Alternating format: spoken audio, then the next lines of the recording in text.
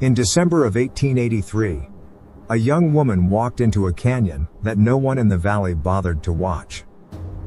She had $19. She had nowhere left to go. She had been walking for 3 weeks. Then her hand found something the stone had no right to offer.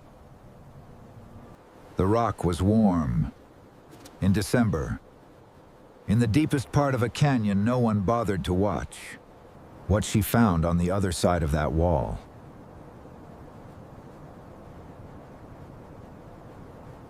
Snow had covered Greyshale Canyon so completely that the walls of rock on either side seemed to grow taller with each passing hour, pressed inward by the white weight of a December that had arrived early and without apology. The canyon floor was a narrow corridor of silence, the kind of silence that had nothing peaceful inside it, only the absence of everything that might otherwise keep a person alive. Stream ran somewhere beneath the ice, audible in places where the frozen shell had thinned over moving water, a low murmur like a voice speaking through stone. The cliffs rose high enough on both sides that sunlight reached the canyon floor for only a few hours each day, and on this particular afternoon it had already gone, leaving behind a gray luminescence that was neither day nor night but something in between, the color of cold itself given form.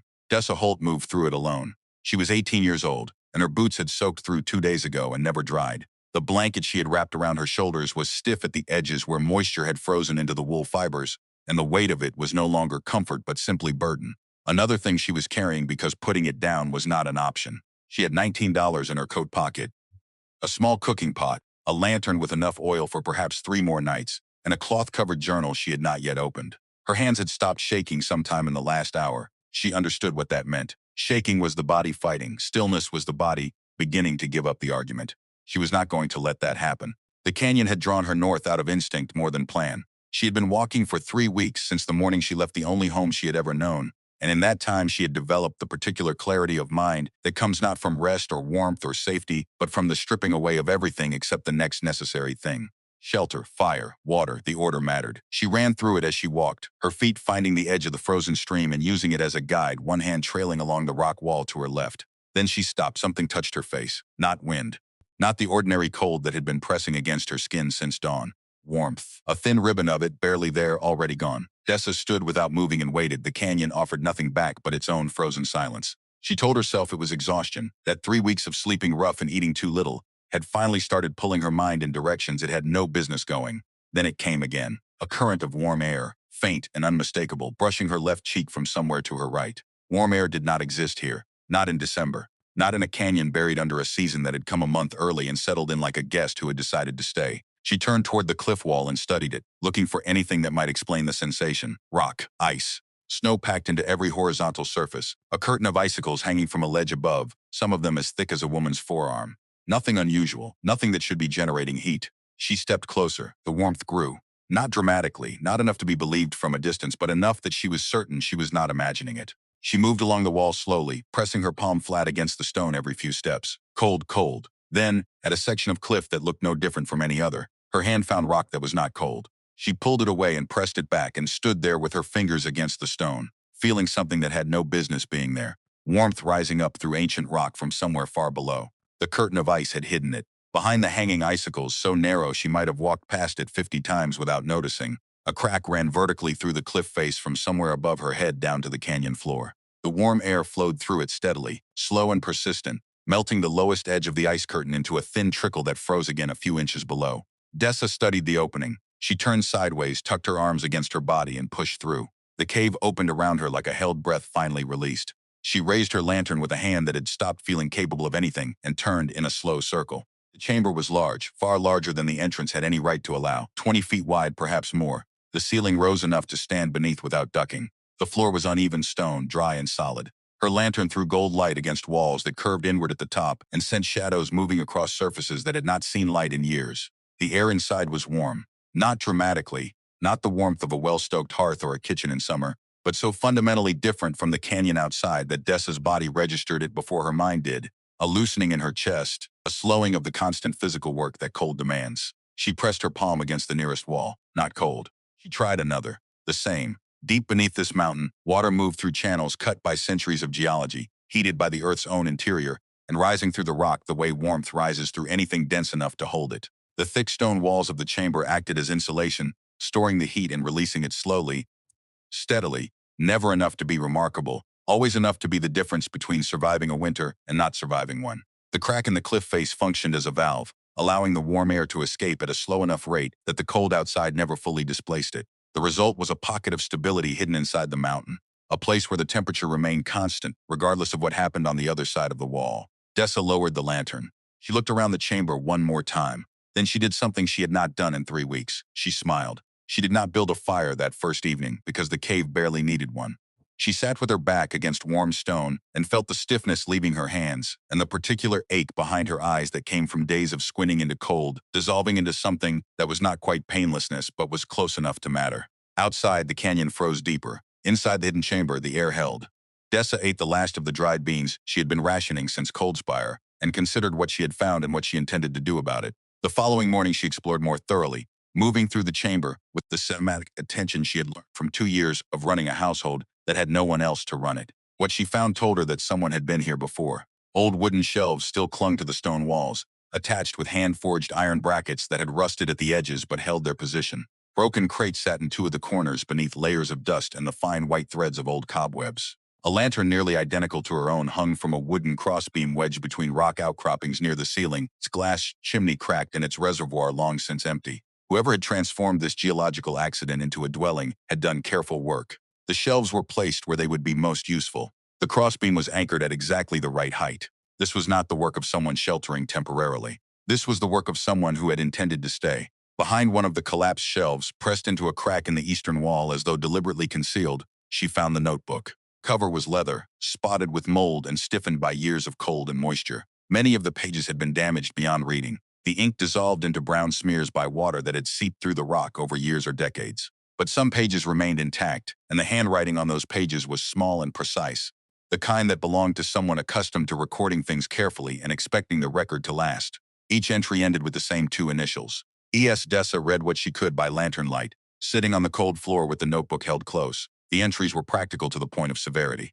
E.S. had recorded everything that mattered about this chamber, which sections of the floor retained heat most reliably, where to position a fire so the smoke followed the natural air currents toward the entrance rather than collecting against the ceiling, how deep to set shelf brackets into this particular type of stone so they would bear real weight without cracking the surrounding rock, and where along the eastern wall to dig drainage channels if the stream outside ever rose enough during spring snowmelt to send water seeping through the lower fissures. Each entry was dated only by season and a number that suggested years of occupation rather than months. Then she found the page that made her stop. It was buried in the middle of the notebook between 2 entries about firewood storage and the thermal properties of the canyon's north-facing walls. The handwriting was the same precise script, but the pressure of the pen was heavier, the letters formed more quickly. This was not observation. This was something written in a different state of mind. Emsher came back today. This time he did not ask, he gave an order. Said if I do not leave, he will make certain no one ever knows I existed here. Dessa read it twice, then turned the page. I found trace mineral deposits along the eastern canyon wall 18 months ago. Silver, possibly. Enough to draw attention if anyone with the right knowledge ever surveyed this area. I told no one. I have no interest in mining. I came here because this place is worth more than anything you can take out of it. But V knows I am here, and V wants this land clean of anyone who might complicate his family's claim. He does not know what I found. He only knows I am in the way. A single letter. V. Dessa held the notebook and let the letter sit in her mind for a moment, turning it over the way you turn over a stone to see what lives beneath it. Then she closed the notebook and placed it on the shelf beside her mother's journal. 2 unfinished books. 2 people who had run out of time in this same narrow canyon, though 30 years apart and for entirely different reasons. She did not sleep easily that night. The work began the following morning and did not stop for 2 weeks. Dessa was not sentimental about labor. She had learned early that the people who romanticized hard work were almost always the people who did not have to do it, and she had never been among them. She repaired the shelves using timber salvaged from dead pines along the canyon floor, cutting pieces to length with her folding knife and wedging them into the existing iron brackets after testing each one for rot. She cleared decades of debris from the chamber floor, carrying armfuls of ancient dust and decomposed wood scraps outside and scattering them downstream. She built a sleeping platform in the section of the chamber that E.S.'s notes identified as the warmest, a low frame of lashed pine that kept her body off the stone and out of the cold that pooled along the floor at night. She gathered firewood and stacked it near the entrance, where the temperature difference between inside and outside would keep the wood drier than it would be in the main chamber. She organized her small supply of food on the rebuilt shelves. She studied the south ventilation shaft that E.S. had mentioned in his notes. A narrow opening near the floor of the far wall through which a subtle but steady current of air moved outward, and she understood immediately why he had written the warning about it in heavier ink than everything else. Fire burning in a sealed space generated invisible gases that displaced breathable air gradually and without obvious symptoms until the symptoms were no longer survivable. The shaft was not a detail. The shaft was the difference between a shelter and a trap. She kept it clear. By the end of the second week, the chamber had changed. Not into something comfortable, not into something permanent, but into something that functioned, something that worked in the specific and practical sense of the word. Every object had a purpose. Every decision East had made in his careful notes had been tested against reality and found sound. Dessa followed his instructions the way a younger apprentice follows the instructions of someone who learned things the hard way, with respect for the knowledge even in the absence of the person who had gathered it. She thought about who ES was while she worked. A man who had lived here, done this same work with these same walls around him, and then vanished. The torn pages at the back of the notebook bothered her. Not worn away, not damaged by moisture or age. Torn. Removed by hand, deliberately, from a notebook that otherwise showed only the decay of time. Someone had read those final pages and decided they should not exist. That particular fact lived at the back of Dessa's mind the way a splinter lives in a finger, small and persistent, noticeable at odd moments. It was on the 11th day that someone found her. Rupert Ainsley had been running his trap lines through the high country along the Wind River Range for 15 winters, and in that time he had developed the particular attention to anomaly that extended time alone in the wilderness produces in people who survive it. He noticed the smoke before he reached the canyon. Thin, pale, rising from somewhere inside the rock walls at an angle that suggested something sheltered rather than open air. Nobody ran a fire in Greyshale Canyon in December. Nobody had for years. He followed the smoke out of curiosity and spent several minutes walking along the cliff face before he found the crack hidden behind its curtain of ice. He was standing with his hand against the warm stone, trying to understand what he was feeling, when Dessa stepped out of the opening. Rupert Ainsley was 57 years old, broad-shouldered in the way of men who had spent decades carrying their own weight through terrain that did not offer assistance. His beard had gone gray sometime in the last few winters and had not been trimmed since autumn. The hands visible below his coat cuffs were scarred across the knuckles and around the base of the thumb in the particular pattern that comes from years of working with steel traps in temperatures cold enough to make metal behave unpredictably. He had seen most of what the Wind River country had to offer in terms of surprise. A young woman stepping out of solid rock was a new category entirely. He said nothing for a moment. Then very deliberately, he squeezed through the crack and disappeared inside. Dessa waited. 5 minutes later, he came back out, shaking his head in the slow way that a man shakes his head when the world has just made a fool of his assumptions. He looked at the cliff, then at Dessa, then at the cliff again. His expression was not skepticism anymore. It was something more useful, assessment. He did not ask how she felt or what her situation was or where she had come from. He walked back inside, and Dessa heard him moving through the chamber in the systematic way of someone who knew exactly what to look for. He checked the drainage channel along the eastern wall, running his fingers along the edge she had carved with the bottom of her cooking pot over 4 hours of work in the dark during a flooding event 3 days prior. He examined the shelf brackets, testing their resistance with a sharp downward push. He looked at the sleeping platform and said nothing. Then he walked back outside, went to a birch tree growing near the stream, stripped a section of bark with a practiced pull, brought it back inside, and laid it under the platform without being asked. That was how Rupert Ainsley said he understood what she had built. They sat outside the entrance as the afternoon light left the canyon. The temperature dropped steadily. Rupert got to the point without wasting time on preamble. This canyon belonged to Conrad Vane. At least that was what Conrad Vane said, and in Coldspire, what Conrad Vane said had a way of becoming fact without anyone examining it too carefully. His father, Elias Vane, had arrived in the territory sometime around 1856 with nothing particular to recommend him, and had spent the following decade acquiring land at prices that made people who remembered the transactions uncomfortable when they thought about them afterward. Conrad had inherited the operation and continued it in the same quiet, firm style his father had established. People in Coldspire who pushed back against the Vane family's claims tended to find reasons to leave, or found that their own claims became complicated in ways that took years and money to untangle. The paperwork underlying the Vane holdings was something most people in the valley had decided not to look at directly. If he finds out you're here, Rupert said, studying the canyon walls above them, he'll come. Dessa looked at the rock rising dark and straight on both sides of them.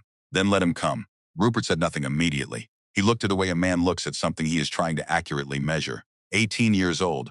No money to speak of. No family within riding distance. No legal standing of any kind on this land or any other. And she had just told him in 2 words to let the most powerful man in the valley find her here. He had seen that particular quality before. In the mirror, when he was younger. In the faces of people who had lost enough that the losing no longer frightened them. He recognized it for what it was. Not courage exactly. but the specific freedom that comes from having nothing left to protect. Before he left, Rupert picked up the leather notebook from the shelf. He turned a few pages, reading slowly, his lips moving slightly the way they did when he was concentrating on something that mattered. His expression changed as he read. Something moved behind his eyes that had not been visible before. "Yes," he said quietly. He held the notebook open and did not look up. "Give me a few days." He set it down and walked out of the canyon without explaining what he intended to do. To understand what Greyshale Canyon meant to Dessa Holt, you had to understand the Tuesday evening in November that had sent her there. She had grown up on a 60-acre farm in the foothills of the Wind River Range, the only child of a woman named Ruth who had married August Holt when Dessa was 9 years old. August was not a cruel man. He was simply a man who had a limited capacity for difficulty and a reliable talent for positioning himself at the edge of whatever was hardest, close enough to feel like he was present without being close enough to be required. When Ruth's lung disease began in the autumn of 1881, it was Dessa, then 16, who learned to change the bed linens without waking her mother. Dessa who learned to cook broth thin enough to swallow without effort. Dessa who learned to read the weather by the color of the morning sky so she could plan the week's work around the days Ruth might feel well enough to sit by the window and watch the fields. August stayed in the barn. He stayed in the fields. He stayed anywhere that was not the bedroom where his wife was becoming someone he did not recognize. Dessa did not blame him for that, not entirely. Grief takes people in different directions, and some people run toward the hardest thing while others run away from it. And August was simply the second kind. She blamed him for what came after. Ruth died on a cold morning in March of 1882. The funeral was attended by neighbors Dessa barely knew. The silence that followed was enormous and very specific. The silence of a house that has lost the person who gave it meaning and has not yet found a new reason to hold itself together. Dessa and August lived in the same rooms for nearly 2 years after that, sharing meals without speaking much, dividing the work of the farm without discussing it. Two people orbiting the same kitchen table like strangers in a boarding house, bound to each other by nothing except a dead woman's memory and a property line. Dessa kept the household. She patched the roof when shingles blew off in autumn storms. She mended fences. She split firewood because August never split enough. She cooked meals that August ate without comment. She managed everything her mother had managed, and everything that had fallen through the cracks of August's grief, which turned out to be most things. Then one Tuesday evening in November of 1883, August Holt looked at his kitchen table instead of his stepdaughter's face and said 11 words that ended that chapter of her life. "I can't keep supporting you. You're old enough to figure things out." No argument followed, no discussion, no offer of time or resources, or even a letter of introduction to anyone who might help. Dessa waited for something more, an explanation, an apology, some sign that this was difficult for him. What she saw instead, in the set of his shoulders and the deliberate stillness of his hands, was relief. He was relieved that she was not making this harder than he had already made it. She stood up. She pushed her chair in. She said one word, "Fine." She walked to her room. The next morning, her belongings were packed and waiting outside the front door, which told her the decision had been made longer ago than last night, and that August had been waiting only for the right moment to say it out loud. She took what was hers: the blanket, the clothes, the lantern, the cooking pot, and $19 in worn bills. Before she left, she walked into her mother's room, which no one had opened since the funeral. Dust covered the dresser. The curtains were still drawn the way Dessa had drawn them. The morning Ruth stopped breathing. On the shelf beside the window sat a small cloth-covered notebook, her mother's handwriting on the first page. A journal started during the final months, filled with shaky letters that grew less steady as the pages progressed. Dessa picked it up. She did not open it. She pushed it into her coat pocket and walked out of the farmhouse and did not look back at it. She had been walking for 3 weeks when she felt the warm air in Greyshale Canyon and turned to follow it. Coldspire was a town of approximately 280 people on a generous count, built along a single main street that ran east-west through the Wind River foothills and relied on collective stubbornness to justify its existence through the worst winters the territory offered. The general store sat near the middle of the street, the largest building on the block, its porch wide enough to shelter the half-dozen rocking chairs that served as the town's primary forum for opinion and information. The sign above the door read Dugard Supply, and everyone in Coldspire knew that the woman who had put the sign up and kept the store running since her husband died was more reliable than the sign itself. Mabel Dugard was 62 years old, with silver hair pulled back tightly enough to make her face look younger than it was and eyes that had spent 4 decades observing human behavior in a small town and found very little of it surprising.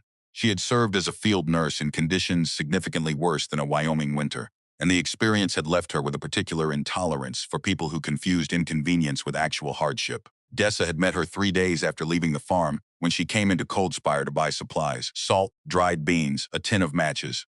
Mabel had looked at her across the counter with the same diagnostic attention she gave everything and asked a single question. "You running away from something?" "I was put out," Dessa said. Mabel studied her, the torn pack strap, the mud dried to a line around both boots, the hollows under her eyes that came from sleeping rough in freezing weather.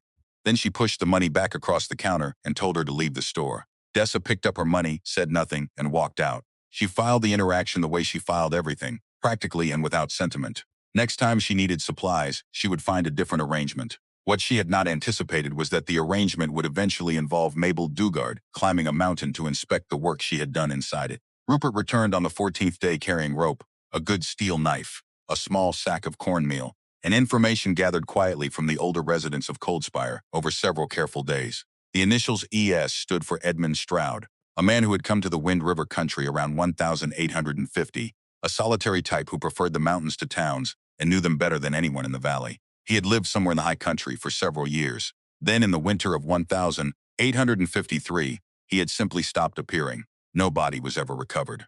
No explanation was offered. The kind of disappearance that mountain country absorbs without record. Rupert had tested something. He had mentioned the name Edmund Stroud in the Coldspire Tavern during a conversation with Conrad Vane that he had arranged to seem accidental, dropping it into a sentence about trapping routes and old claim markers. Conrad Vane had set his glass down so hard the bottom cracked. He had recovered quickly, smiled, changed the subject with the ease of a man who had decades of practice managing what his face showed. But the glass had cracked, and Rupert had seen it. Dessa looked at the notebook on the shelf. Edmund Stroud, E.S., the man who had built the shelves and written the careful instructions and discovered something valuable in the canyon walls, and been threatened by someone identified only as V, and who had disappeared in the winter of 1853. 3 years before Elias Vane began buying land in this valley at prices no one liked to remember. The following week, she found what E.S. had buried deeper in the notebook between water-stained pages she had been working through slowly. The words were not instructions. They were what a careful man wrote when he was no longer being careful because there was nothing careful left to be. V's man came back again this week, 3 times now. The message is always the same, said in different ways to make it sound like a choice. It is not a choice. V does not give choices. He removes options until only one remains, and then he calls what is left a decision. I will not leave. I found this place by following something I could not explain and staying with it longer than any sensible person would have. It belongs to no one, and therefore it belongs to whoever is willing to do the work of it. V can claim the canyon. He cannot claim what is inside it. That would require him to know it exists. Then the passage that changed the weight of everything. If anyone finds this after I am gone, here is what you need to know.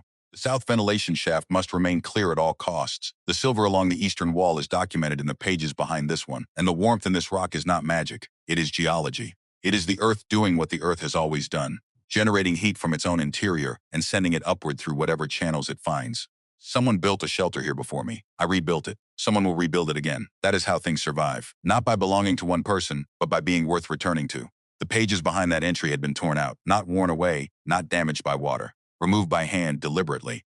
Dessa set the notebook down and sat in the warm chamber with the lantern burning low, and thought about a man named Edmund Stroud who had lived in this exact space 30 years before her, who had written his instructions and his fear and his philosophy into pages that someone else had partially destroyed, who had disappeared in 1853, 3 years before Elias Vane began acquiring canyon land at prices that made people uncomfortable. She thought about a single letter. V. She thought about Conrad Vane arriving on a gray horse and telling her she had 3 days. She put the notebook on the shelf beside her mother's journal and lay down on the sleeping platform and stared at the ceiling where the lantern light moved against ancient stone. Conrad Vane came on a Tuesday afternoon, 14 days after Rupert's first visit. He rode in on a gray horse unhurried, accompanied by a hired man on a second horse. Both men wore sidearms, not displayed, not drawn, simply present, the way authority is present in certain kinds of rooms without anyone having to point it out. Conrad Vane was 56 years old, broad-shouldered, with a face weathered by decades of outdoor life chosen rather than required. His coat was leather, well-cut and expensive in a way that declared itself without announcing itself. He looked at Dessa the way a rancher looks at an unexpected fence on land he considers his, with neither anger nor uncertainty, only the flat assessment of someone deciding how to address an obstacle. This is Vane land. He stopped the horse 10 yards from the entrance.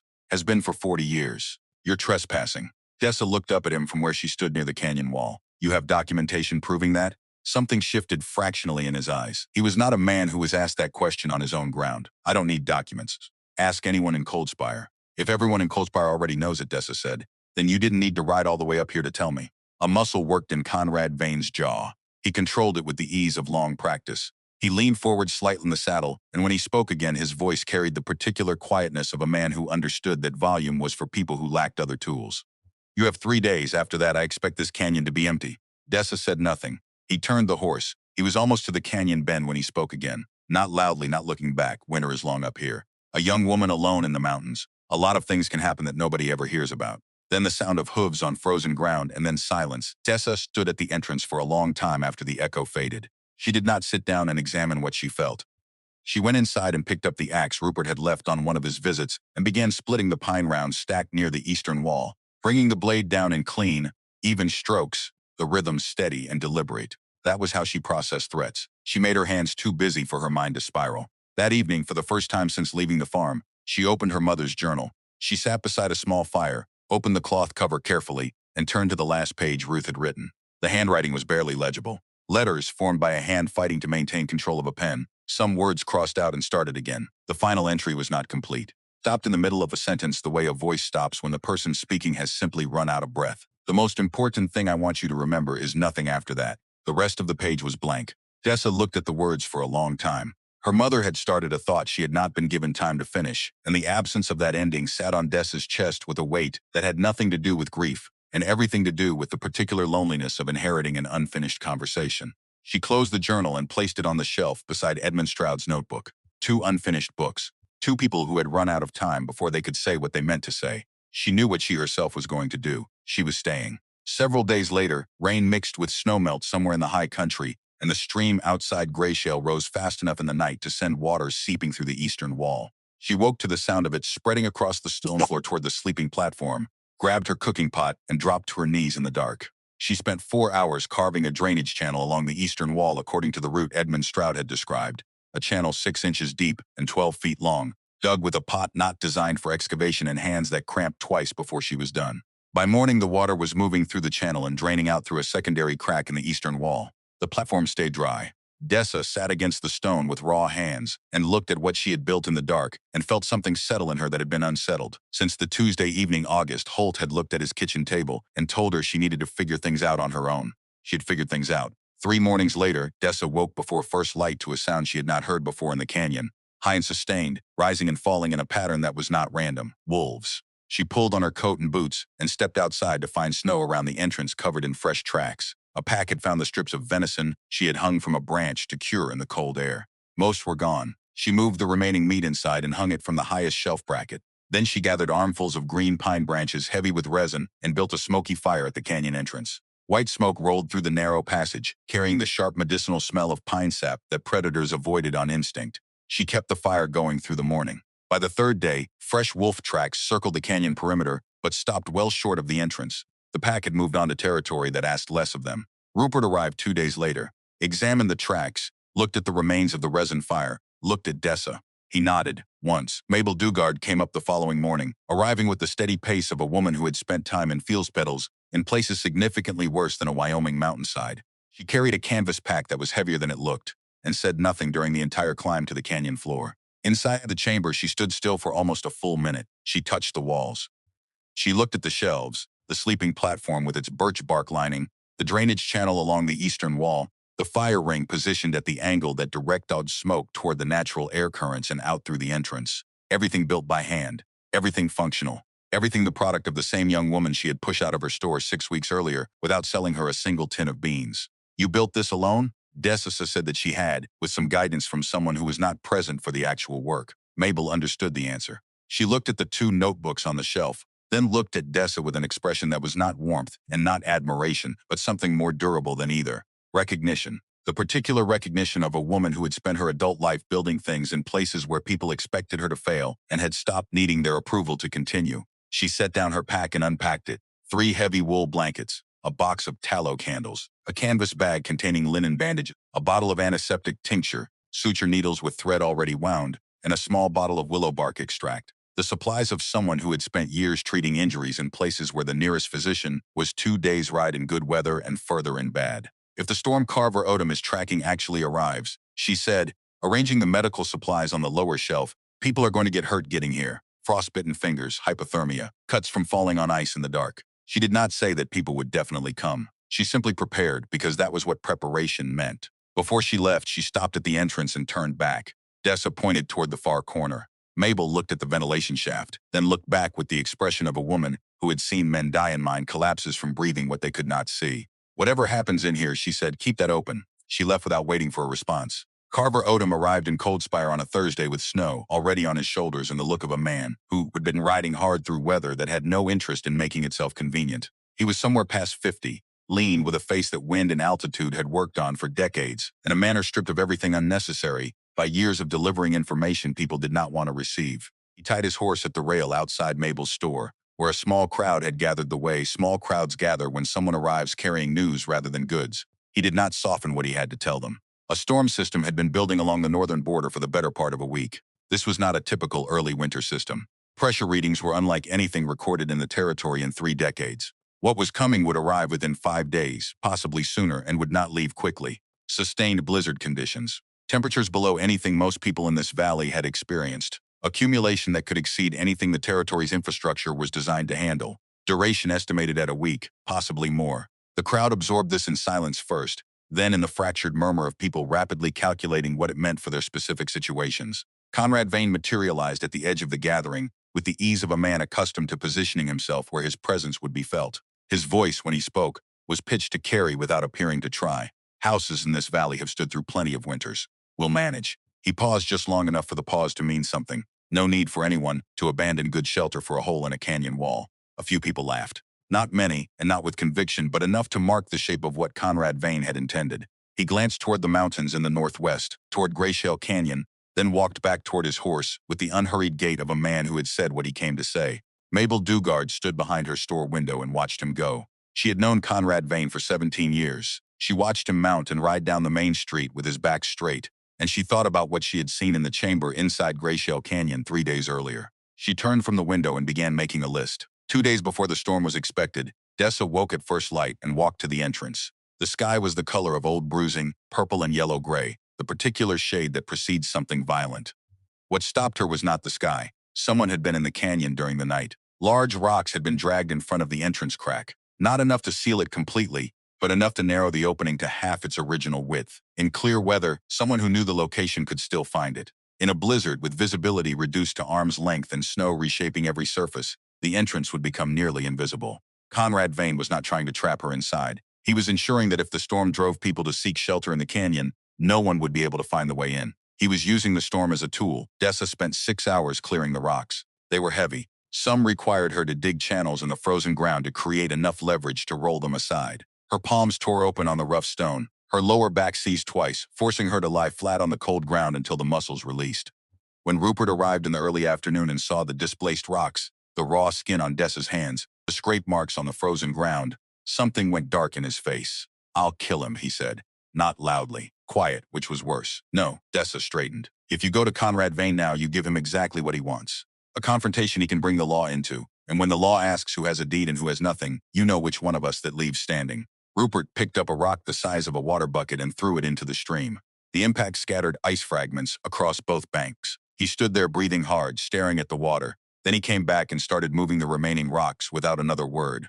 That was how Rupert apologized for losing his composure, the same way he did everything else through his hands. The storm did not arrive gradually. It arrived the way Carver Odom had warned it would, as though gradual had been considered and rejected as insufficient. The sky to the northwest had been darkening since midday, the clouds building in layers that turned the afternoon light a color between gray and green.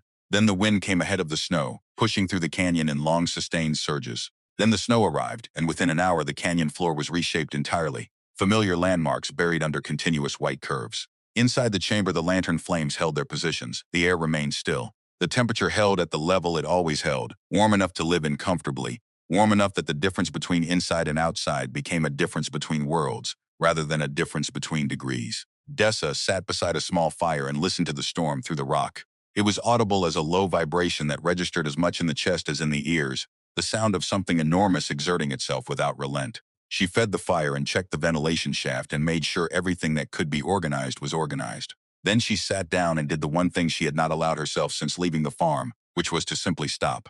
To exist in one place without working or planning, or the constant motion that had been keeping fear from finding somewhere to settle. The mountain held. The first knock came sometime before dawn on the second day. Dess had been sleeping lightly, with one ear turned toward the entrance regardless of what the rest of her was doing. The sound came through the crack as a dull, repeated thud, the specific sound of a hand that had been pressed against cold for so long that it had lost the ability to make itself louder. She was on her feet before she was fully awake. Solomon Birch was a large man, 74 years old, who had spent 50 of those years working beside furnaces, hot enough to blind a person who looked directly at the fire. His hands were the size of small shovels. His shoulders still held the shape of the work that had built them, though his legs had been less cooperative in recent years and required the use of a walking stick he considered a negotiation rather than a defeat. He was holding that stick in one hand and Edna Birch's arm in the other. Edna was 72, smaller than her husband by a significant margin, and leaning into him in a way that had passed from voluntary to necessary. Her lips were pale in a way that had moved past cold and into something that required attention. The snow on both of them was not fresh fallen dusting, but layered and partially melted and refrozen. The snow of people who had been out in it for hours. Dessa stepped back. Come in. It took Solomon 3 attempts to get through the crack, his shoulders catching on the stone in ways that made the passage genuinely difficult for a man his size. He came through finally with an exhaled sound that had nothing theatrical about it. Edna came through behind him more easily, but with her eyes already moving around the chamber, with the searching look of someone whose body was still registering crisis, even as the crisis resolved. The warmth reached them immediately, the way warmth reaches people who have been cold long enough. Solomon sat down heavily near the fire. Edna did not sit. She stood with her palms pressed flat against the chamber wall and her forehead resting against the stone and breathed in the way a person breathes when they are relearning that breathing does not have to require effort. Their stove had failed. The firebox cracked 2 days into the storm. They had managed with the fireplace for the first day, but the chimney drew poorly and the smoke had driven them out. Their neighbors had gone to the vein barn. Solomon said this without saying what he had learned about the barn gate. He did not need to. More people arrived through the following day. A trapper whose cabin roof had collapsed under snow weight during the early hours of the third morning. A widow with 2 wool blankets and a wax candle stub who had used both sensibly and run out of both. 2 families who had set out for the vein barn and found the gate locked, who had continued walking until Greyshale Canyon appeared to their left, and someone remembered hearing about a young woman in the cliff wall. Each person who came through the crack did so with the same sequence. The effort of the entrance, the cold of the crack itself, and then the air on the other side, warm and still and smelling of pine smoke, and the way the body received that warmth before the mind had time to process it. Several of them stopped just inside and put their hands out, palms forward, testing whether the air would stay or disappear when examined directly. Dessa had seen that gesture enough times now that it had stopped surprising her. What the cave did to people in the first 60 seconds was remove a layer of fear they had not known they were carrying until it was gone. She made room. She distributed blankets according to need rather than arrival order. She moved the youngest children to the platform in the warmest section with Edna Birch, who had recovered enough in the first hour to appoint herself the overseer of that corner with the decisive authority of a woman accustomed to managing things that required managing. The children accepted this without resistance. Edna had the particular manner of adults who know how to speak to young people without talking down to them, direct and calm and utterly certain, which children recognized and responded to even when the same certainty in a stranger would have produced suspicion. Fletcher Goss arrived on the afternoon of the third day. Dessa recognized him. She had seen him in Cold Spire twice, and noticed him specifically on the second occasion because he had been the loudest voice in a group discussing the girl living in the cliff wall, with the particular delight people take in the misfortune of those who make unusual choices. He was 45, built for farm work, with a face that was not naturally unkind, but had been shaped by years of seeking approval from the wrong audience into something that defaulted to the crowd's position before it had time to find its own. He came through the crack and stood in the chamber entrance with snow melting from his hat brim and his eyes moving around the space with the expression of a man rapidly revising a position he had held publicly and could not now publicly revise. Dessa walked to the shelf, took one of the remaining blankets and held it out. He took it. He did not look at her directly. The red that came into his face was not from the warmth. Rupert arrived the following morning carrying 3 snowshoe hairs already cleaned, which he handed to Dessa without preamble. He had been in the canyon through the night. He moved through the crowded chamber with the ease of a man who had spent his life in small spaces with other people at the outer limit of what those spaces could manage. He found a section of wall near the entrance that was not being used and established himself there without taking anything that had been anyone else's. Dessa watched him assess the space. His eyes moved from face to the food on the upper shelf, to the ventilation shaft, to the medical supplies, to the fire, to the sleeping arrangements. He was running the same calculations she was running. Population versus resources, duration versus reserve. He caught her watching and gave her a small nod that meant he had finished the assessment, and the assessment was manageable, for now. That evening, with 16 people in the chamber and the storm continuing its absolute work outside, Rupert sat near the fire and began to talk quietly, not to the group but to Dessa, in the way people talk in small voices in crowded rooms when they do not want to disturb what is around them. He talked about a winter 20 years earlier when he had been trapped in a trapping cabin for 11 days with two men he had not known before the storm and had not seen since it ended. He talked about what those 11 days had taught him, about the difference between people who were genuinely afraid of silence and people who were afraid of what silence might force them to examine. Dessa listened. She understood that the talking was not principally about the memories he was describing. It was about what was around them. 16 people in a warm cave waiting for the world outside to become survivable again. Rupert was talking because the sound of a calm voice in the dark was one of the most useful things a human being could provide, and he understood this without having needed to learn it theoretically. The knock on the fifth night was different, not the desperate, irregular percussion of someone whose hands were failing. A single knock, deliberate and spaced, the knock of someone who wanted to be heard but did not want to announce urgency they could not afford to show. Dessa moved to the entrance and found Carver Odom on the other side of the crack, leaning against the cliff face, with his weight distributed in a way that suggested his legs had been carrying him far beyond their comfortable range. His face was raw from wind, the skin tight and reddened unevenly. She pulled him inside. He sat beside the fire for 20 minutes without speaking, because the body has its own order of priorities and warmth comes before words. When he finally looked up, his eyes had cleared enough to take in the full scope of what was in the chamber, and the expression that crossed his face was the expression of a man who had spent his career being the person who brought news and was now in the position of receiving it. 22 people. The warmth, the shelves, the organization. The children settled in the corner under Edna Birch's quiet supervision. Solomon asleep against the wall with his enormous hands resting open on his knees. Rupert watchful near the entrance. Fletcher Goss in the back corner, awake, not quite looking at anyone. "So it's real," Carver said, his voice worked rough by cold and wind. "I'd heard it described. Didn't entirely believe the description." Dessa handed him a tin cup of hot water she had been keeping near the fire for arrivals. He wrapped both hands around it. The storm, he told her, would continue at least 3 more days. A secondary system was moving behind the first, smaller but slower. 3 more days. Dessa did the calculation without showing it. Food, fuel, the ventilation shaft, the medical supplies. Manageable if nothing changed. None of it guaranteed if something did. Carver looked around the chamber again. Conrad Vane's barn is half empty. The room shifted at that. Not with noise, but with a particular quality of change that happens in a crowded space when everyone hears the same thing at the same moment. Solomon Birch opened his eyes. He let people in until he had what he needed from them, Carver said. Then the gate stayed shut. I counted 8 families inside when I rode past. The barn holds 4 times that. He looked at Dessa. He's going to hear about this place if he hasn't already. Dessa understood the rest of the sentence without needing it spoken. Conrad Vane sitting in a half-empty barn with 8 families who owed him something, while 22 people sheltered in the cave he had tried to run her out of before the storm arrived. She looked at Fletcher Goss in the back corner. He was already not looking at her. She stored the observation and moved on. The 7th day brought Dessa awake before first light with a sound she could not immediately place. Not the storm, which had become the background against which everything else was measured. Something structural. A faint, high-pitched sound nearly at the edge of hearing, rhythmic and patient, the kind of sound that comes from material under load that is not equally distributed. She lay still and listened. Then she took her lantern to the entrance. The stone slab that formed the natural lintel above the crack had been held in its position by the balanced pressure of the surrounding rock for longer than anyone alive could measure. What it had not been designed to accommodate was 7 days of a blizzard that deposited snow unevenly, more heavily on the left side of the cliff face than the right, creating a lateral load that its natural position had never been required to manage. The fracture was a hairline, running horizontally across the lower face of the slab from left to right, and it was not static. As she watched, holding the lantern close, she could see the line shift fractionally in response to whatever process was happening in the rock above. If the slab failed, the entrance sealed. Every person in the chamber would be alive and warm and unable to leave. She moved the lantern to the far corner, the ventilation shaft. The snow had been packing into it for 7 days. She had checked it daily and cleared it daily. But she had checked it last in the early evening, and the wind had been loading it since.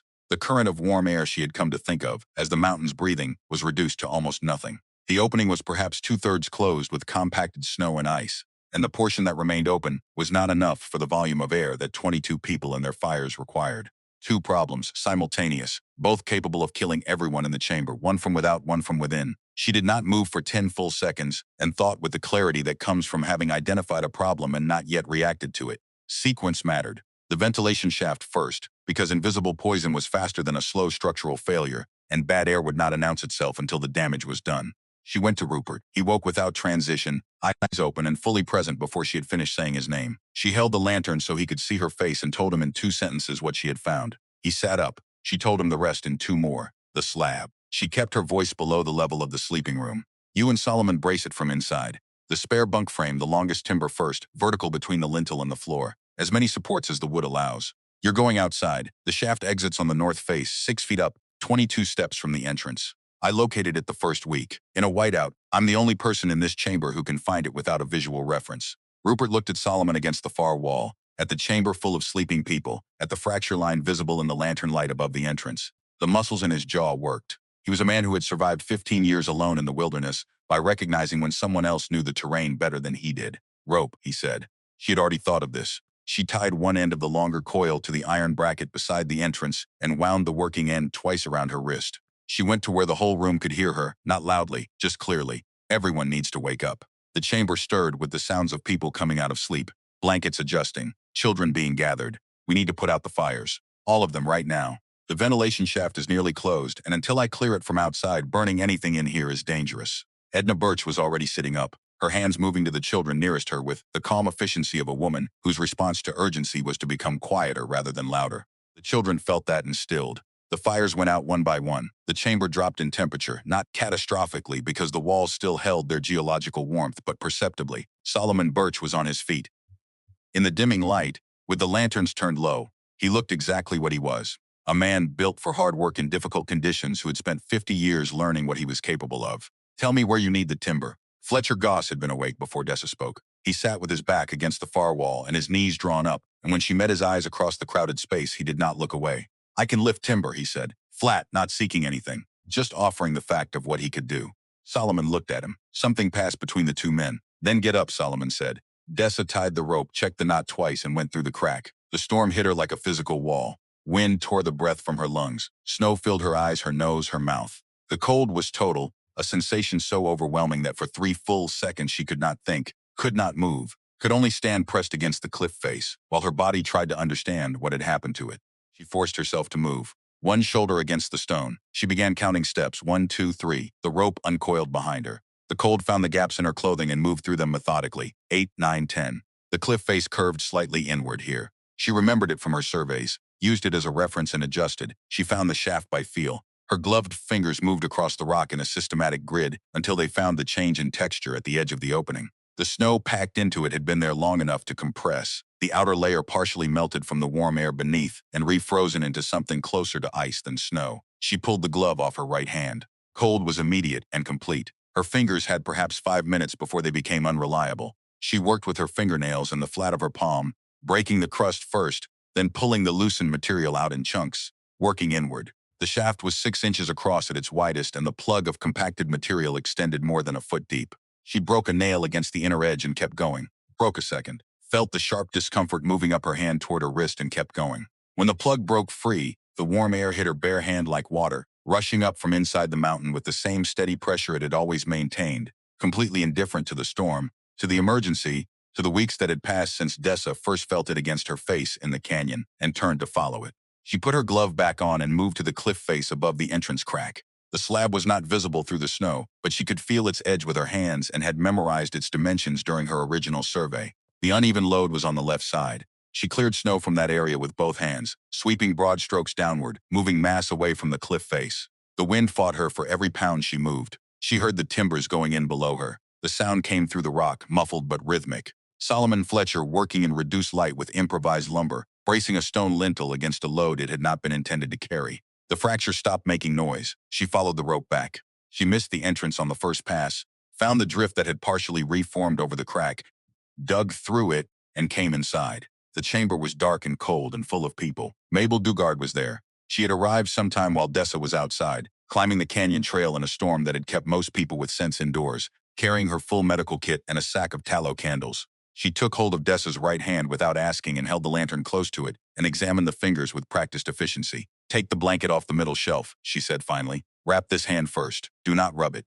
Dessa did. Mabel had already begun relighting the fires, working from the central ring outward, using the candles as starters so the main fire material could be lit from something steady. The light returned to the chamber in stages, flame by flame, and the air changed again, warmer and more alive. From the far corner came the steady draw of the ventilation shaft, the warm air moving through the mountain and out into the storm, the carbon from the relit fires following it upward and outward, the system working the way Edmund Stroud had designed it to work, and Dessa had maintained it to work. Solomon Birch sat down on the stone floor and looked at the 2 timber uprights wedged between the entrance lintel and the floor, solid and vertical and braced at both ends. Fletcher Goss sat on the other side of the entrance, breathing hard. Solomon looked across at him.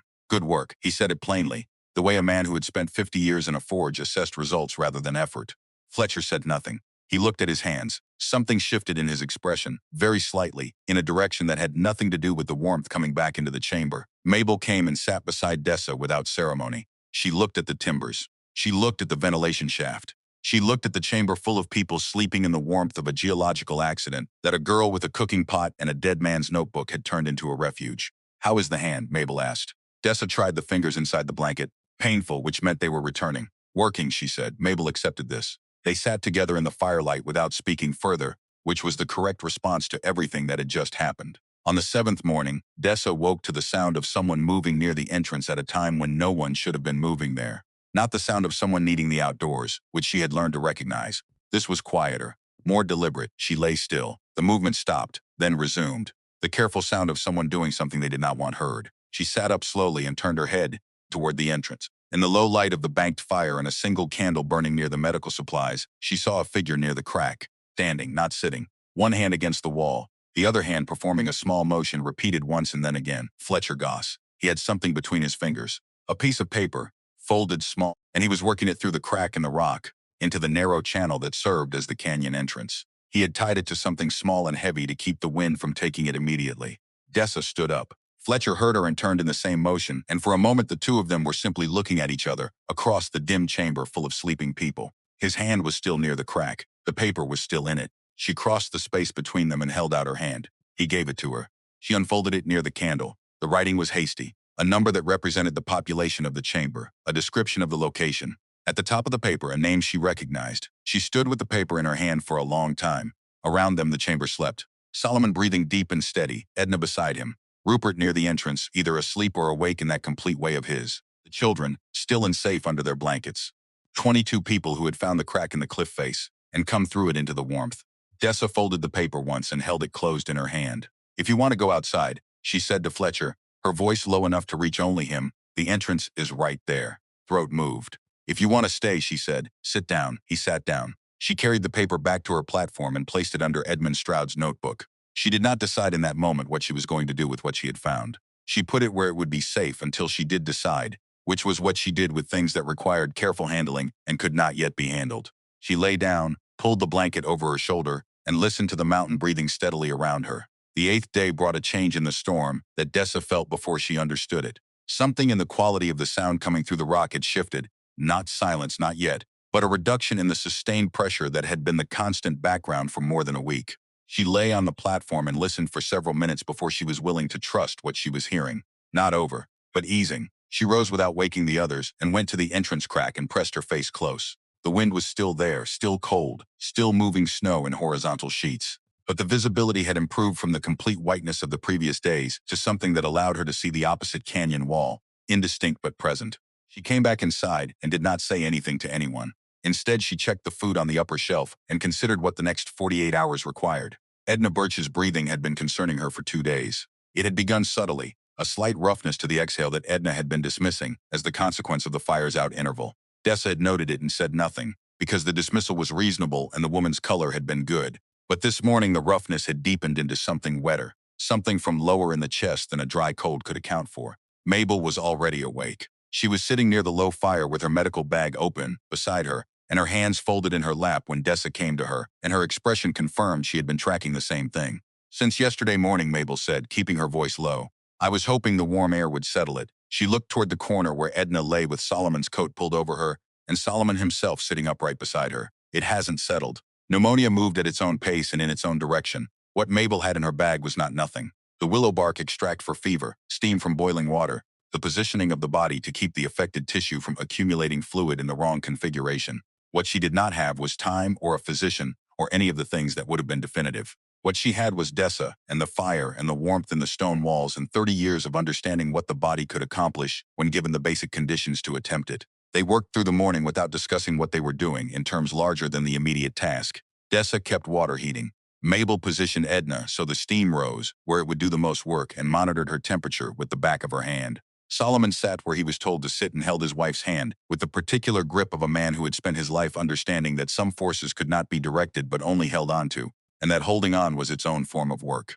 The children in the far corner continued about the business of being children in close quarters with the adaptive resourcefulness that children apply to confined circumstances when the adults around them are calm. Edna had organized them in the first days with such authority that the organization had continued without her direct attention, the older ones managing the younger ones in a chain of supervision that freed the adults for other things. Edna's fever rose through midday. Dessa watched Mabel watch it, and she watched Mabel's hands continue their work without the quality of stillness that would have meant the assessment had turned in a direction there was no preparing for.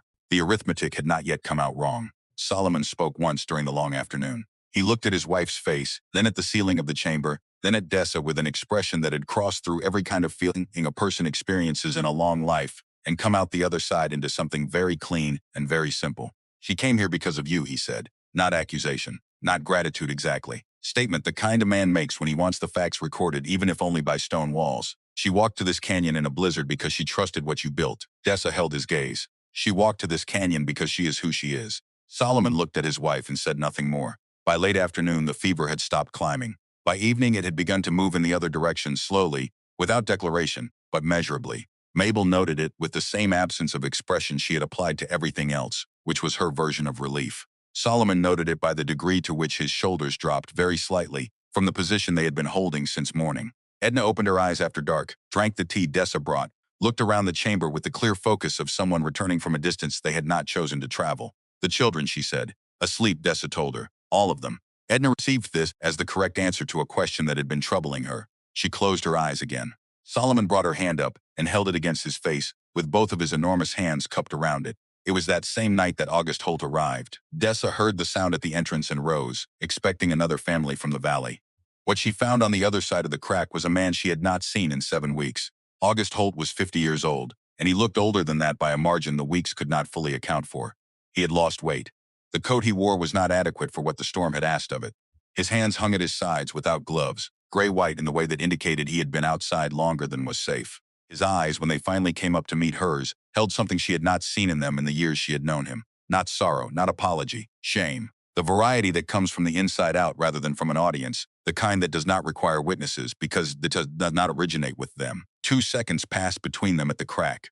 In those 2 seconds, everything the previous 7 weeks contained moved through Dessa in the compressed way that significant things move when there is no time for them to be anything other than what they are. The Tuesday evening, the kitchen table, the word fine she had said to the space above his head. The morning she walked out carrying everything she owned, because it was clear no one else was going to carry it for her. Stepped aside. Come in.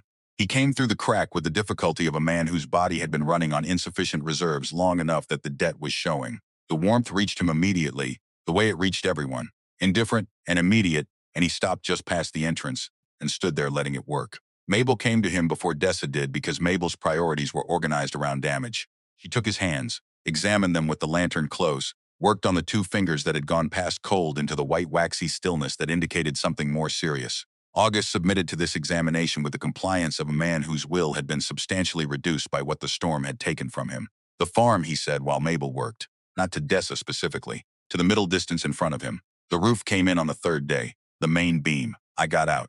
A pause in which the word main carried the weight of everything it meant about what could not be recovered. There was nowhere to go. His voice had the quality of ground that had been frozen for a long time. Nowhere that would take me. Dessa stood across the chamber and listened. She was aware of Rupert watching her from the entrance side, and of several other people performing the act of not listening with varying degrees of success. She let the words sit in the space they occupied. Sit down, she said finally. You don't have to explain to anyone in here how they got here. Something crossed his face at that. Not relief, which would have been too simple. Something more complicated. The response of a man who had expected to be required to give an account, and had been told the account was not what this place demanded. He sat down near the fire. He looked at his hands, which Mabel had wrapped in strips of clean linen. He stayed there through the night without speaking further. Dessa waited until the chamber had settled back into its nighttime rhythms before she took her mother's journal from the shelf. She brought it to where August sat and placed it on the stone beside him. Last page, she said. She went back to the platform and did not watch him open it. The night was long. At some point before dawn, she heard the sound she had been listening for, without knowing she was listening for it, the specific quiet of a man encountering something he has been avoiding for a period of time. Not tears exactly. Something quieter and more contained, the sound of a person sitting alone in the dark, with a book in their hands and a grief that has nowhere left to go. She did not go to him. Some things are not helped by company. When the first light of the 9th day came through the ventilation shaft, August Holt was still sitting where he had been. The journal was closed in his lap. He looked up when he heard Dessa rise, and she saw in his face what the night had done to it, not less than what had been there before, but differently arranged, as though something held in a particular configuration for a very long time had finally released its grip. "I have been thinking about what she was going to write," he said. Dessa poured water from the pot near the fire into the tin cup and brought it to him. She did not respond, because what he needed at that moment was not a response but permission to continue. 2 years. He looked at the journal. 2 years you ran that house. You made the decisions she would have made and did the work she would have done, and were there every morning before I was awake, and every night after I had stopped being useful to anyone. He paused. His voice was level not because he was holding it steady, but because the thing he was describing was too large to be delivered at volume. I put you out because looking at you was the same as looking at her, and looking at her was the same as looking at everything I should have been and wasn't. The chamber had the stillness of the very early morning, most people still asleep. The fire burned low enough to require feeding soon. "The most important thing I want you to remember," Dessa said, not finishing the sentence, leaving the space where her mother's handwriting had left it. August looked at the journal. "I think she was going to write that you do not need anyone's permission to be what you already are." Dessa held that for a moment. She thought about the morning she had walked out of the farmhouse. About 3 in the cold canyon alone, carving drainage channels in the dark and tracking wolves, and following warm air through a curtain of ice towards something she could not yet name. About 22 people sleeping in a chamber inside a mountain, because she had built the chamber and kept the ventilation clear and opened the entrance crack when they knocked. "I know," she said. She took the journal from his hands and carried it to the shelf. She picked up the piece of charcoal from the edge of the fire ring, the piece she had been keeping there without fully acknowledging why, and she opened the journal to the last page, to her mother's handwriting, to the unfinished sentence and the blank space after it. She wrote in the space, in her own hand, steady and clear, the words that completed it. Not the words August had offered, not any words that had been given to her. Words she chose herself, because that was the only kind of completion that would hold. She closed the journal and set it on the shelf beside Edmund Stroud's notebook. 2 books finished now, both started by people who had run out of time, both completed by the person who stayed. The storm ended on the 10th morning. There was no announcement, no dramatic change in the quality of the light or a sudden cessation of sound. Storm simply stopped being the dominant fact of the world outside, and the absence of it arrived gradually enough that Dessa was not certain, at first, that what she was hearing was real. She went to the entrance and pushed through the crack and stood in the canyon for the first time in 10 days. The sunlight was extraordinary. Not warm, not in any temperature sense, but luminous in a way that seemed almost aggressive after 10 days of gray and white in the dark behind stone. The sky above the canyon walls was a depth of blue that looked structural, as though it had been compressed into that color by the weight of everything that had moved through it. The snow on the canyon floor had transformed the familiar into something completely other.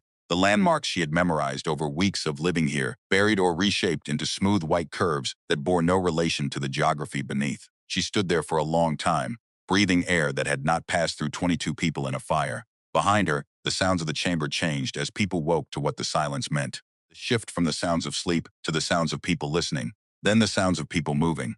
Then voices, not many, not loud, the restrained sounds of relief that has not yet fully trusted itself. Solomon Birch came through the crack first, moving carefully, because 10 days of close quarters had been hard on joints that already required negotiation. He stood beside Dessa in the sunlit canyon and looked at the world the storm had left behind. "My Edna walked through a blizzard to get here," he said.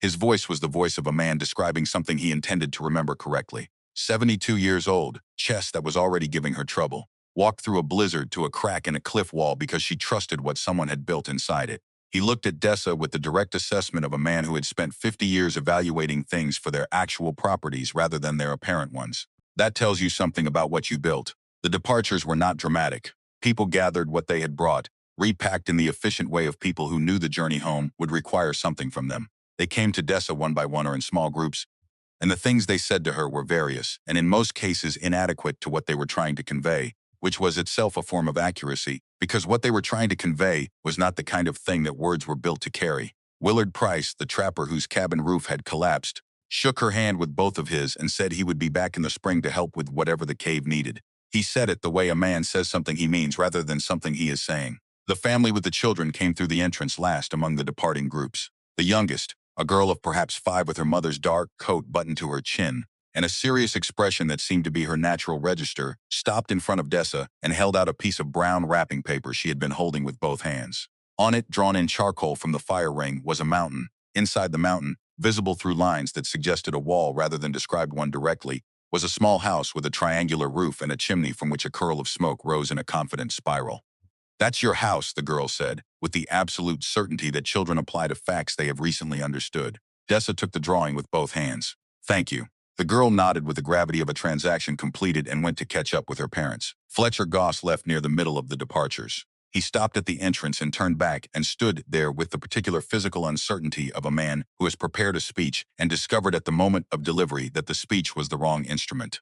He opened his mouth twice, closed it. "I just want you to know that He stopped. "I know," Dessa said. His throat moved. He went out through the crack without looking back. August Holt was among the last. He had been quiet through the morning, not with the withdrawn quality of processing incomplete, but with the different quality of a man whose processing had arrived somewhere and who was letting the arrival settle. He stood at the entrance with the journal in his hands, and she understood that he had retrieved it from the shelf while she was outside, that he had been reading through the morning, all of it.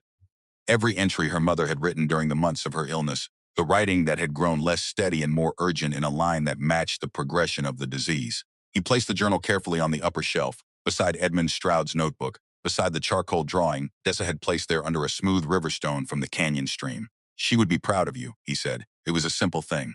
It was also exactly the right thing, which made it not simple at all. Dessa received it without deflecting it, which was its own kind of growth. "I know," she said. He went through the entrance. She watched his silhouette move down the canyon floor, smaller against the white expanse with each step, until the bend took him from view. She did not know what would come next between them, or whether anything would come next. What she knew was that a conversation unfinished for longer than either of them had understood was now, in the incomplete and imperfect way that real things are completed, done. She went back inside, and for the first time in 10 days, the chamber was empty of everyone except Rupert, who had made no departure preparations because he had never indicated he was planning to depart. He was sitting near the fire with the hand axe across his knees, examining the edge. He looked up when she came in and then went back to the examination, which was his way of giving her space to be wherever she was without requiring her to account for it. She sat down on the other side of the fire. The chamber around them was recognizable again, its dimensions restored by the absence of people, the shelves visible, the ventilation shaft drawing properly, the 2 timber uprights still in place at the entrance where Solomon and Fletcher had braced them on the night everything nearly failed at once. "You're not leaving," she said. "Trapping's better from this end of the canyon." He did not look up from the axe. She looked at the timber braces, at the shelves, at the rebuilt sleeping platform and the medical supplies and the drainage channel along the eastern wall, at the 2 notebooks and the drawing and the river stone on the upper shelf. "The mineral deposits," she said. Rupert set the axe down. Edmund Stroud found them and kept them secret. Someone took his notebook and tore out the pages that documented them. She looked at the eastern wall. "They're still there." "Yes," Rupert said, "they are. I'm going to document them again. Not to mine them. Not to file a claim." She looked at the notebook on the shelf. "So that if something happens to me, the record exists somewhere other than pages that were already torn out once." Rupert was quiet for a moment, and Conrad Vane, when he comes back. She had been thinking about this through the last days of the storm, in the intervals between fires and food and medical work and everything else the chamber had required. Edmund Stroud had kept a secret to protect this place, and the secret had been used against him. The information itself had been what made it possible. "I'm not going to keep a secret," she said. "I'm going to make sure the right people know the truth before Conrad Vane has a chance to decide what the truth is allowed to be." Rupert looked at her for a long moment with the expression he used when he was measuring something he had not yet decided how to quantify. "Carver Odom," he said. "He writes reports that go to 3 counties. Rupert stood up and went to the entrance and looked out at the white expanse the storm had left. "Conrad Vane is going to come here. I know. Before or after Carver Odom, I don't know which. I need to be ready for either." She found Carver Odom in Coldspire 2 days later, staying in the single room above Mabel Dugard's store that Mabel kept for travelers who arrived in conditions that made other arrangements impractical. He was sitting at the small table near the window when Mabel brought Dessa up, and he looked better than he had the night he arrived at the canyon entrance, barely able to stand, though the wind had left marks on his face that would take weeks to fully resolve. Dessa laid Edmund Stroud's notebook on the table in front of him. She let him read without interruption. He was a careful reader, the kind who went back when something required confirmation, and he did that twice with the passages about V and the mineral deposits and the escalating pressure that Edmund Stroud had been documenting in the days before the final pages were torn away. When he finished, he set the notebook down with a deliberateness that was itself a response. "You know I can't prove what happened to him," Carver said. "I know. I'm not asking you to prove it. I'm asking you to put what can be established next to what can be established. The disappearance and the timeline and the land acquisition. Let people read what is adjacent to what." Carver looked at the notebook. He had the expression of a man calibrating the difference between what was verifiable and what was true, which was a calculation he had been making for most of his working life. "If I write this," he said, "Conrad Vane will know it came from here. He already knows the notebook exists. I showed it to him. Carver absorbed this. You showed it to him. I needed him to understand what he would be dealing with if he continued. That was before the storm. The storm has changed what this place is. She looked out the window at the main street of Coldspire, at the people moving along it now that the town was returning to its own rhythms, at faces she recognized from 10 days in the cave. 22 people sheltered in this canyon. Solomon Birch and his wife. Families with children. People who came because the Vane barn was locked and there was nowhere else. When Carver Odom writes about Edmund Stroud and the Vane family's land acquisitions, he is also writing about a man who locked his barn during the worst storm in 30 years, while a young woman in a cave kept 22 people alive. Carver Odom was quiet for a long time. That, he said, is the part of the story that was already writing itself. He came to the canyon 3 weeks after the storm, on a morning in late January when the cold had eased enough to make travel practical without being easy. He brought a copy of what he had written, which had already been sent to the circulation networks in 3 counties, and he read it to Dessa in the chamber where 22 people had spent 10 days of a Wyoming blizzard. The piece documented Edmund Stroud's residence in the canyon and his disappearance in the winter of 1853. It documented the Vane family's subsequent acquisition of land in the Wind River Valley beginning in 1856, the prices paid, the sellers, the absence of any recorded competition for land that should, by every assessment available, have been contested. It documented the notebook, its contents, the torn pages, the existence of mineral deposits along the eastern wall of Greyshale Canyon, documented the storm. It documented the locked barn and the cave and the 22 people and what had been required to keep them alive. It asked no questions directly. It drew no conclusions beyond what could be verified. It placed facts adjacent to facts and let the adjacency speak. Dessa listened to all of it without speaking. When Carver finished, she looked at the shelf where the 2 notebooks stood beside the charcoal drawing, the river stone holding the drawing flat. A man named Edmund Stroud built something here, she said. He built it to survive and to be worth coming back to, and it has been both of those things. Whatever the Vane family tried to make of this place, whatever they tried to erase, what's in that rock is still in that rock, and the record of who found it and what they did with the finding is not going away. Carver folded his copy of the piece. A territorial inspector has already sent inquiry to Coldspire about the Vane land claims. The piece prompted it. Dessa nodded. Conrad Vane will come, Carver said. I know. What do you want me to do when he does? Nothing. What you've already done is what needed doing. The rest is between him and the facts. She spent the days between Carver's visit and Conrad Vane's arrival, doing the work that the cave required, because there was always work the cave required, and because working was how she kept her mind from running calculations she could not yet resolve. She documented the mineral deposits along the eastern wall in her own hand in the back of Edmund Stroud's notebook, recording the location, the approximate extent, the gray-silver color of the exposed ore, and the date of her notation. She signed it with her own name, not to claim anything, to ensure that if the documentation was destroyed again, the person who destroyed it would be destroying evidence of their own actions rather than simply erasing a record. Conrad Vane came on the first morning of February, alone on foot. No horse meant no speed of departure. No hired man meant no witness to whatever the conversation became. He walked into the canyon with the deliberate pace of a man who had decided something and was executing the decision, and he called her name at the entrance with the voice of someone who expected an answer but had reasons, for once, to be less certain of receiving one. She came out. He looked different from the man who had appeared twice before with authority arranged around him like furniture. The authority was still present. It does not simply dissolve because circumstances change, but the arrangement was different. The pieces held in position more consciously than before, which was itself information about how much effort the position now required. He made his offer without preamble, a sum of money substantial enough to be insulting in the manner of large offers that assume money addresses everything it is pointed at. In exchange, she would leave the canyon and make no further use of Edmund Stroud's notebook in any public forum. Dessa had the notebook in her hands.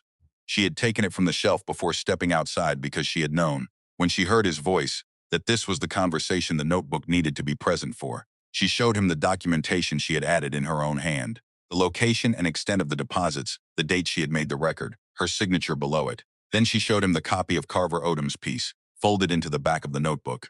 The record of this place exists now in more places than you can locate, she said. The story of Edmund Stroud and what happened to him after your father made his intentions clear is being read in 3 counties. A territorial inspector is already asking questions about the Vane land claims. Questions that were asked in 1853 and not answered, and that have a different quality now that someone has thought to ask them again. She held the notebook steady. Whatever you came here to buy, it was already sold before you arrived. Not by me. By your father 30 years ago, when he made a choice about a man who was in his way. Conrad Vane stood in the February light of Greyshale Canyon and looked at the notebook and looked at Dessa and looked at the canyon walls rising above both of them. The calculation that moved behind his eyes was slower than it had been in November. which meant it was harder than it had been in November, which meant the arithmetic had genuinely changed. He looked at the eastern wall, at the rock face that Edmund Stroud had walked along and crouched beside, and noted carefully with small, precise handwriting 30 years ago, and that had been waiting, full of what it contained, through all of those years and everything that happened in them. "My father," he said, and then did not finish the sentence. "I know," Dessa said. He turned and walked out of the canyon. Not quickly, not with any visible emotion, with the measured pace of a man managing the distance between one version of himself and whatever version would be required next. She watched him go until the bend in the canyon wall took him out of sight. She went back inside. Rupert was where he had been, near the entrance, and she understood from the quality of his stillness that he had heard everything, and was processing it with the particular interior efficiency of a man who had learned to do his thinking where it did not disturb the air around it. She put the notebook back on the shelf. "That's the last time he comes here," Rupert said. "Yes." He picked up the hand axe and went back to whatever he had been doing before the interruption, because there was always something that needed doing, and Rupert Ainsley had never in his life allowed the absence of the immediately necessary to become an excuse for not doing the perpetually useful. Conrad Vane contested nothing publicly. He withdrew from several land claims that had been pending and made no announcement about the withdrawals.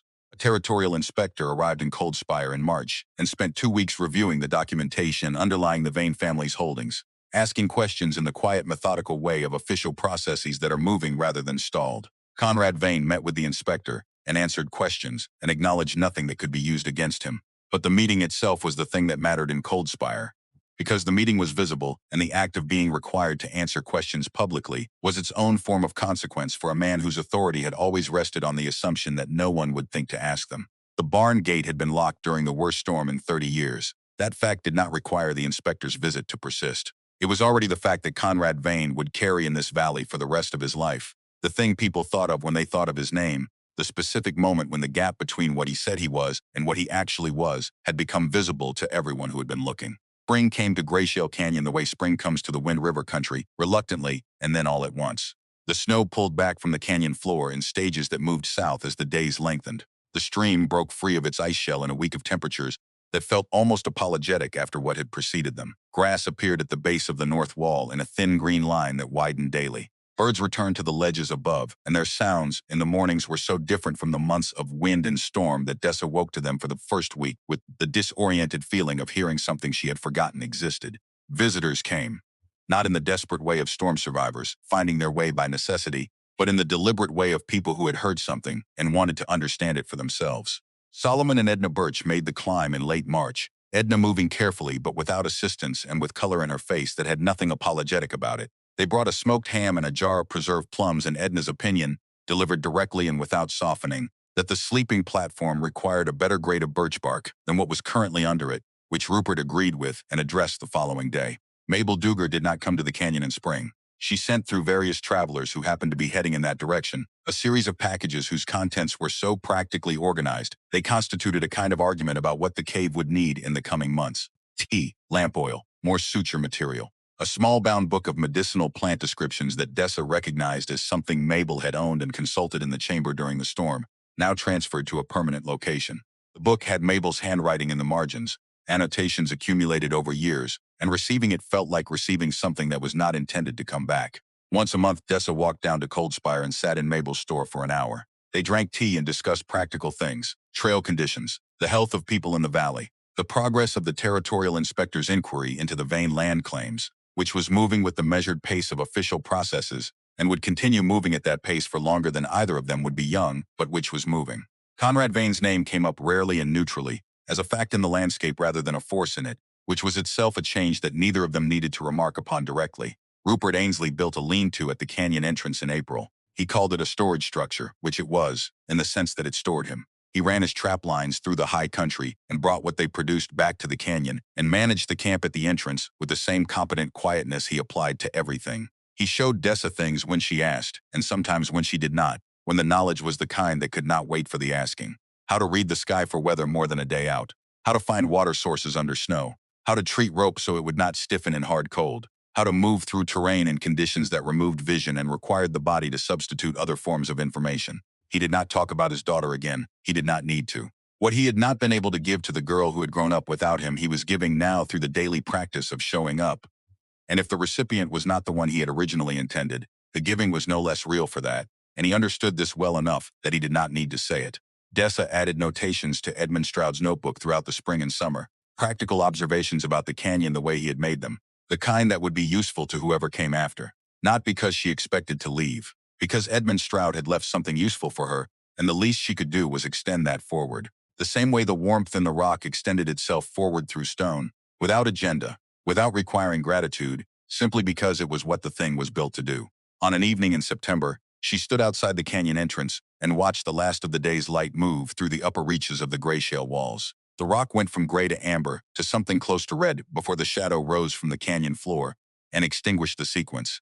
The stream caught the color on its way down and carried pieces of it away. The air was cool in the specific way of September evenings that are already practicing for the cold that will follow them, not urgent yet, not a warning, just the first draft of winter's argument. She thought about the Tuesday evening in November when August Holt had looked at a kitchen table and told her she needed to figure things out on her own, and about the particular quality of that night, the way it had felt like the ending of everything, like standing at the edge of a drop with nothing visible below. She thought about the cold in the canyon on the evening she stopped walking and felt something warm against her face, the ribbon of air from inside the mountain that should not have existed, and was there anyway, indifferent to what was possible.